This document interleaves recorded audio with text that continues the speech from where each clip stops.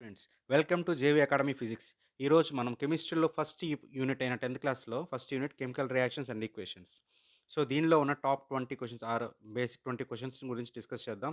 So ఇవి మనకి 10th కాదు, 10th అయిపోయిన వాళ్ళకి, ఆర్ఆర్బీ ఎగ్జామ్స్ ప్రిపేర్ అవుతున్న వాళ్ళకి, ఎన్టీపీసీ ఎగ్జామ్స్ ప్రిపేర్ అవుతున్న వాళ్ళకి, స్టేట్ టీచర్స్ ఎగ్జామినేషన్ ప్రిపేర్ అవుతున్న వాళ్ళకి, నెక్స్ట్ ఎస్ఎస్సి సిహెచ్ఎస్ఎల్ సిజిఎల్ వాళ్ళు ప్రిపేర్ అయ్యే వాళ్ళకి కూడా యూజ్ అవుతుంది.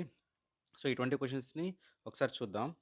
So first suggest one method for the prevention of corrosion. అంటే మన తుప్పు పడుతుంటుంది కదా, సో దాన్ని ప్రివెంట్ చేయడానికి ఒక మెథడ్ని చెప్పమన్నారు. సో దానికి ఏం చేస్తాం, మనం గ్యాలనైజేషన్ చేస్తాము, రస్టింగ్ కాకుండా ఆయిల్ పోస్తాము, పెయింటింగ్ పోస్తాము. సో ఇవి so by painting the metal surface or galvanizing, greasing or oiling. మరి గ్యాలనైజింగ్ అంటే ఏంటి? జింక్ అనే ఉంటుంది కదా, జింక్ లేయర్తో ఆ మెటల్ మీద మనం పెయింట్ లాగా అంటే గ్యాలనైజేషన్ చేసినప్పుడు జింక్ లేయర్ని ఫామ్ చేస్తుంది అనమాట. అదేం చేస్తుంది, బయట ఉన్న ఎయిర్ అట్మాస్ఫియర్లో ఉన్న ఆక్సిజన్ అండ్ మాయిశ్చర్ని దీనికి రియాక్షన్ జరగకుండా చూసుకుంటుంది అనమాట. సో దట్ ప్రివెంట్స్ ది కరోజన్ని అది తగ్గిస్తుంది. అలానే రెండో question, give a prediction about ఎక్సేల్డ్ air being hotter than inhaled air during the process of respiration అంటే మనం గాలి పీలుస్తూ వదులుతూ ఉంటాం కదా, సో అందులో మనకి ఎక్స్హేల్డ్ ఎయిర్ అంటే మనం బయటికి పీల్చే గాలి లోపలికి పీల్చే గాలి కన్నా హాటర్గా ఉంటుంది. ఎందుకని? బయట తో కంపేర్ చేసుకుంటే బాడీలో ఉన్న అట్మాస్ఫియర్ ఆ టెంపరేచర్ ఎక్కువగా ఉంటుంది. మన బాడీలో మెటబాలిక్ ఉంటుంది కదా రేట్, ఆ మెటబాలిక్ రేట్ వల్ల మన బాడీలో ఉన్న టెంపరేచర్ ఎక్కువగా ఉంటుంది. సో మనం ఎప్పుడైతే ఎయిర్ని మనం లోపల పీల్చుకున్నామో ఆ ఎయిర్ ఏమవుతుంది, హాట్ ఎయిర్గా కన్వర్ట్ అవుతుంది అనమాట. సో అందుకని ఎక్స్‌హేల్డ్ ఎయిర్ అంటే మనం బయటికి వదిలిన గాలి అనేది hotter than the inhaled air due to metabolic activities. So next question, state the reason for the application of paint or iron articles. So మనం ఇంతకుముందు చూసాం, కరోజన్ ప్రివెంట్ చేయడానికి ఏం చేయాలి, పెయింటింగ్ చేయాలి, గ్యాలనైజేషన్ చేయాలి, లేకపోతే ఆయిల్ గ్రీస్ పూయాలి కదా. సో పెయింట్ని ఎందుకు పూస్తాం?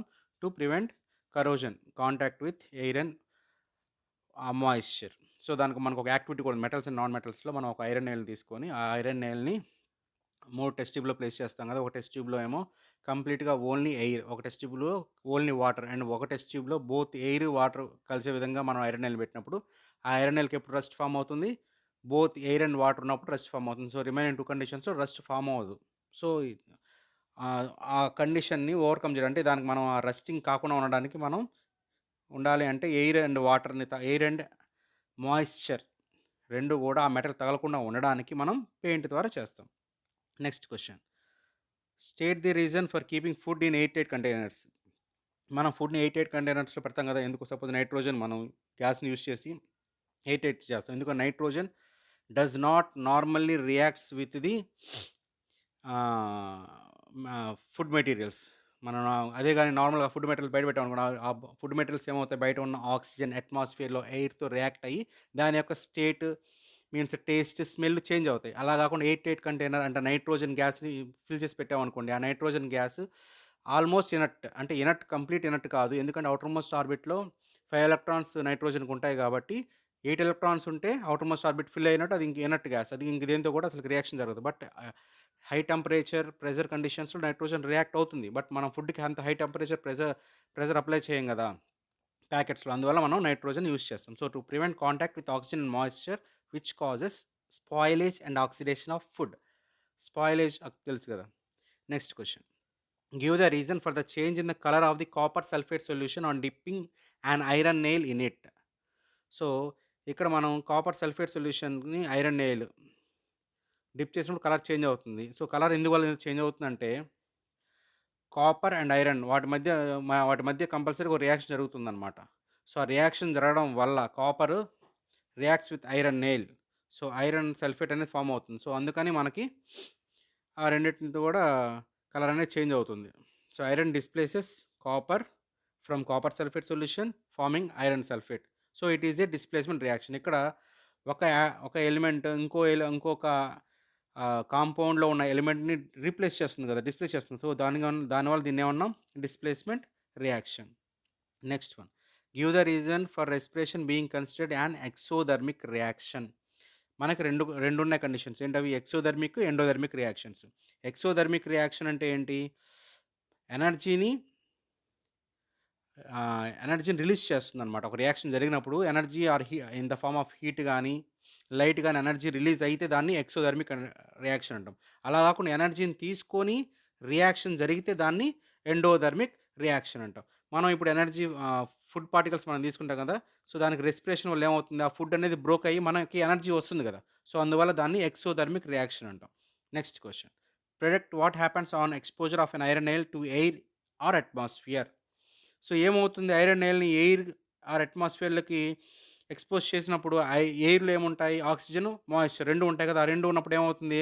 ఐరన్ రస్టింగ్ అవుతుందనమాట. ఐరన్ ఆక్సైడ్ ఫార్మ్ అవుతుంది. To form rust.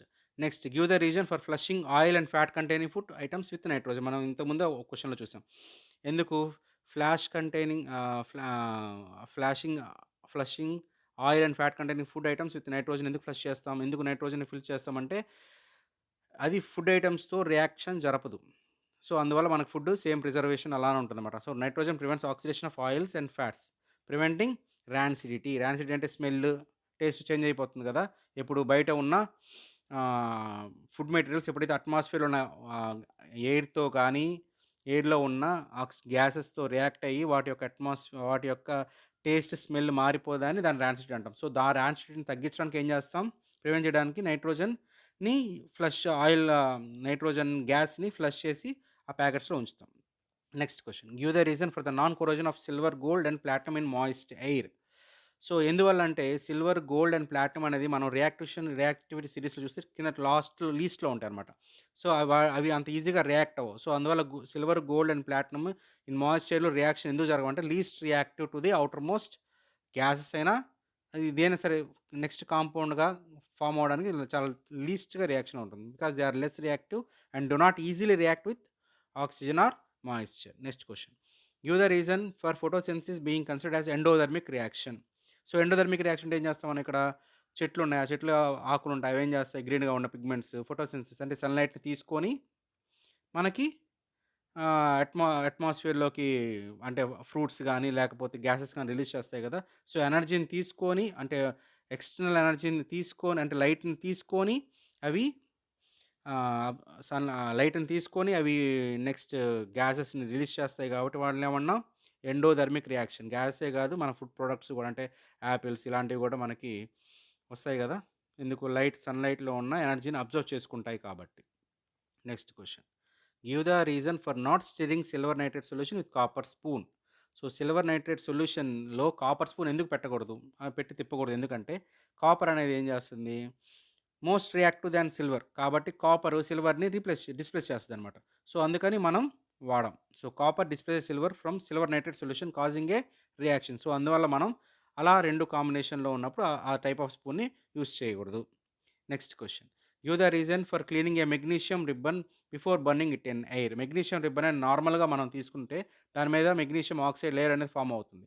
సో, దాన్ని ఎప్పుడైతే ల్యాబ్‌లో మనం వర్క్ చేయాలనుకుంటున్నప్పుడు ఆ పైన ఉన్న మెగ్నీషియం ఆక్సైడ్ లేయర్‌ని రిమూవ్ చేసినప్పుడు అది మెగ్నీషియం రిబ్బన్‌గా యాక్ట్ అవుతుంది. లేదా మనం మెగ్నీషియం ఆక్సైడ్‌తో రియాక్షన్ జరిపినట్టు ఉంటుంది.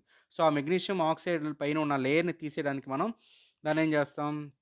క్లీన్ చేస్తాం. మెగ్నీషియం రిబ్బన్‌ని సాండ్ పేపర్ పెట్టి మనం బాగా క్లీన్ చేస్తే ఓన్లీ మెగ్నీషియం మాత్రమే ఉంటుంది. అది ఈజీగా బర్న్ అవుతుందన్నమాట. So, to remove magnesium oxide layer so it is easily burnable. Next name one observation of chemical reaction that helps in determining its occurrence. So, మనం ఒక కెమికల్ రియాక్షన్‌ను చూసి అంటే ఒక రియాక్షన్ జరిగింది. అది కెమికల్ రియాక్షనా కాదని మనం ఎలా చెప్పగలం? దానికి ఒక 4 కండిషన్స్ ఉన్నాయి. ఏంటవి? Change in state, change in temperature, evolution of gas and formation of precipitate formation కూడా మనకి అందులో ఒక పార్ట్ అనమాట. సో, వీటిల్లో ఏ కండిషన్ వచ్చినా గానీ మనం అక్కడ ఏం ఫార్మ్ అయిందని చెప్పొచ్చు? కెమికల్ రియాక్షన్ అనేది టేక్ ప్లేస్ అయిందని చెప్పొచ్చు. Next what is the name of the new substance formed during a chemical. మనకి కెమికల్ రియాక్షన్ జరిగినప్పుడు అక్కడ మనకి రియాక్టెంట్స్, ప్రొడక్ట్స్ అని ఉంటాయి. సో, యారోకి లెఫ్ట్ సైడ్‌లో ఉన్నవి రియాక్టెంట్స్, రైట్ సైడ్‌లో ఉన్న ప్రొడక్ట్స్. 2 రియాక్టెంట్స్ ఒక రియాక్టెంట్ 2 ప్రొడక్ట్‌లు గాని, 2 రియాక్టెంట్లు కలిపి ఒక ప్రొడక్ట్‌గా గాని ఫార్మ్ అవుతుంది కదా! ఆ యారోకి ఇటు లెఫ్ట్ సైడ్‌లో ఉన్నయేమో రియాక్టెంట్స్ అంటాం. రైట్ సైడ్‌లో ఉన్నాయి ప్రొడక్ట్ అంటాం. Right 2 conditions for corrosion. Corrosion జరగాలంటే కంపల్సరీగా 2 కండిషన్స్ ఉండాలి. ఏంటవి? ఎయిర్ ఉండాలి. At the same time moisture ఉండాలి. అంటే ఆక్సిజన్ ప్లస్ మాయిశ్చర్ 2 అంటే ఎయిర్ ప్లస్ మాయిశ్చర్ ఉన్నప్పుడు మాత్రమే మనకి కరోజన్ జరుగుతుంది. So, presence of moisture and oxygen. Next what is meant by balanced chemical equation? So balanced chemical equation అంటే యారోకి left side, right side అంటే మనం reactant side, product side. Reactant సైడ్‌లో ఎన్ని అయితే యాటమ్స్ ఉంటాయో ఒక ఎలిమెంట్‌కి, ప్రొడక్ట్ సైడ్ కూడా సేమ్ నంబర్ ఆఫ్ యాటమ్స్ ఉండాలి ఆ ఎలిమెంట్‌లో. సో అలా ఉన్నప్పుడు దాన్ని మనం బ్యాలెన్స్డ్ కెమికల్ ఈక్వేషన్ అంటాం. Name the gas avoid one zinc react with dilute hydrochloric acid. So zinc dilute hydrochloric acid అంటే డైల్యూట్ హైడ్రోక్లోరిక్ యాసిడ్‌తో రియాక్షన్ జరిగినప్పుడు H2 గ్యాస్ అనేది రిలీజ్ చేస్తుందనమాట. సో అందువల్ల మన ఆన్సర్ ఏంటది? Hydrogen gas. Identify the type of reaction in which calcium oxide reacts with water. So calcium oxide plus water react జరిగిన తర్వాత మనకి calcium hydroxide form అవుతుంది. So దాన్ని ఏమంటాం? కాంబినేషన్ రియాక్షన్ అంటాం. ఒక రెండు రియాక్టెంట్స్ కలిసి ఒక సింగిల్ ప్రొడక్ట్ ఫామ్ అయితే దాన్ని combination reaction. Next what is a precipitate reaction? Precipitate reaction అంటే రెండు యాక్వియస్ సొల్యూషన్స్ కలిసినప్పుడు ఒక ప్రిసిపిటేట్ ఏదైనా ఫామ్ అయితే ప్రిసిపిటెంట్ ఏంటి? విచ్ ఈజ్ ఇన్సాల్యుబుల్ ఇన్సాల్యుబుల్ కాకుండా ఒక సాలిడ్ స్టేట్‌లో గానీ, ఇన్సాల్యుబుల్ కాకుండా ఉన్న ప్రోడక్ట్‌ని మనం ప్రిసిపిటేట్ ఫామ్ అయింది అంటాం. ఆ రియాక్షన్‌ని మనం ప్రిసిపిటేట్ రియాక్షన్ అని అంటాం. Next why should a chemical equation be balanced? So chemical equation ఎందుకు బ్యాలెన్స్ అయినట్టు? Satisfy the law of conservation of mass. Law of conservation of మాస్‌ని సాటిస్ఫై చేయడానికి కెమికల్ ఈక్వేషన్ అనేది ఎప్పుడు కూడా బ్యాలెన్స్ అయి ఉంటుంది. So thank you. ఇలాంటి వీడియోస్ 10th క్లాస్ సంబంధించి ఇంకొక 10 డేస్‌లో ప్రతి యూనిట్ నుంచి మినిమమ్ 20 క్వెషన్స్ వరకు పెడతానండి. సో ఎఫర్ట్ నచ్చినైతే సబ్స్క్రైబ్ చేయండి, లైక్ చేయండి, షేర్ చేయండి. Thank you very much.